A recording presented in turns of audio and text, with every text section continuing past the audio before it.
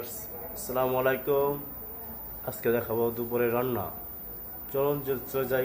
ডিম সেদ্ধ দেওয়া হয়েছে, ডিম সেদ্ধ হয়ে আগে আছে।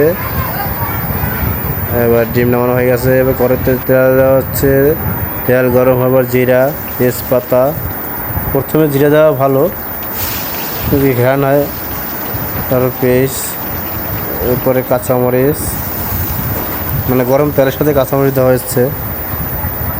কিছুক্ষণ হালকা ভাজা দিতে হবে তেলের পরে, বাদামি কালার আসবে। বাদামি কালার আসে গেলে তারপরে রসুন দেওয়া হলো। হালকা কিছুক্ষণ ভাজা নিতে হবে। ভেজে নেওয়ার পরে আদা দিতে হবে। রসুনটা আগে দেওয়ার কারণ লাড়া দেওয়ার কারণে রসুন আদা একসাথে নিচে লেগে যাবে, তার জন্য রসুনটা একটু আগে দেওয়া হয়, তারপরে আদা।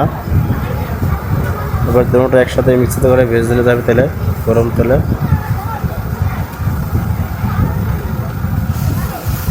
কিছুক্ষণ লাড়ার পরে এটা বাদামি কালার হবে, একটা আস্তে আস্তে একটু জোরালো হয়ে যাবে। তারপর গরম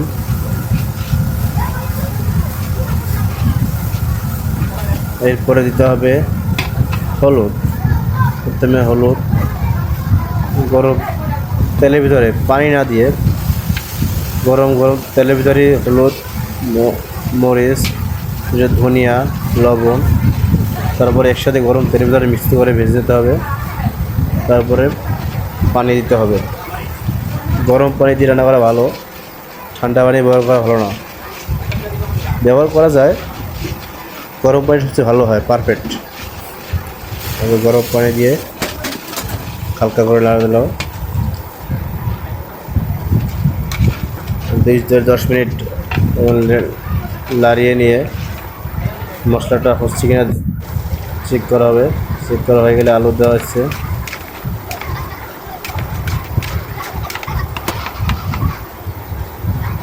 যে পটল, এই আলু দিয়ে পটল রান্না হবে।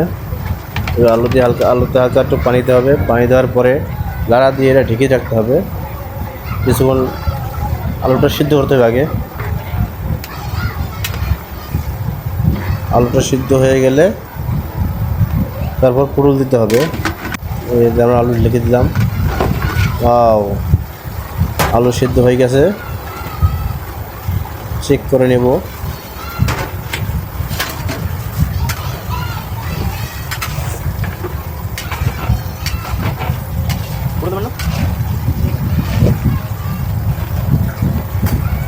আলু সিদ্ধ হয়ে গেছে। এরপরে দিতে হবে পটল।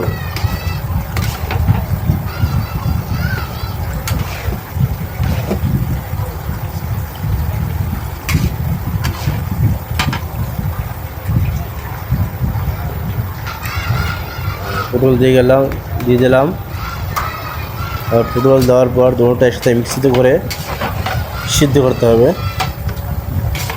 মশলা কষায় জাস্ট এরকম কষাইতে হবে। এটা হালকা একটু পানি দিতে হবে। পানি দিয়ে পটল আলু একসাথে কষাইতে হবে। রেখে দিলাম। এই যেদিকে আমাদের ডিম এসেছিলার কাজ চলতেছে, হয়ে গেছে। আবার পরিমাণ মতো পানি দিতে হবে। পানি দিয়ে আবার ঢেকে দিলাম। আমাদের রান্না তরকারি হয়ে গেছে। এখন লবণ চেক করতে হবে। তবে তরকারিতে যে ঝোলটা দিবেন, এটা যেরকম রান্না করবেন ওইরকম পরিমাণ মতো দেবেন। যেহেতু আমাদের এখানে প্রায় 150-এর উপরে লোকের রান্না, তার জন্য আমরা আমাদের পরিমাণ মতো দিলাম। এবার তারপরে বলে সবগুলো তরকারিগুলো 5 ভাগ করতে হবে। ডিমগুলো ভাজতে হবে। ডিম ছিল। বিদায় নিচ্ছি। আল্লাহ হাফেজ।